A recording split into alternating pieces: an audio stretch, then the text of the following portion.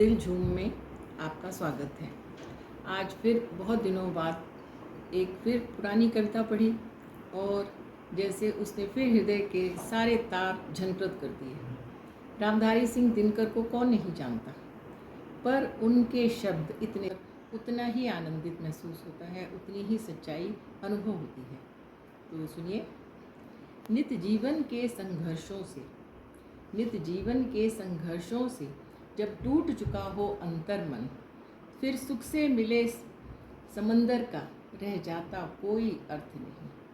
जब फसल सूख कर जल के बिन तिनका तिनका बन बिखर जाए, फिर होने वाली वर्षा का रह जाता कोई अर्थ नहीं। वास्तव में बिल्कुल सच है कि जब फसल ही सूख गई, उसके बाद वर्षा हो भी जाए तो क्या अर्थ है उस चीज़ का। संबंध कोई भी हो लेकिन यदि दुख में साथ न दे अपना, संबंध कोई भी हो लेकिन यदि दुख में साथ न दे अपना, फिर सुख में उन संबंधों का रह जाता कोई अर्थ नहीं। छोटी छोटी खुशियों के क्षण निकले जाते हैं रोज जहाँ, फिर सुख की नित्य प्रतीक्षा का रह जाता कोई अर्थ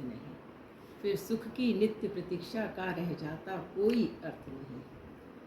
और ये शब्द तो अत्यंत हृदय स्पर्शी हैं। मन कटुवाणी से आहत हो भीतर तक छलनी हो जाए, उसके बाद कहे प्रिय वचनों का रह जाता कोई अर्थ नहीं।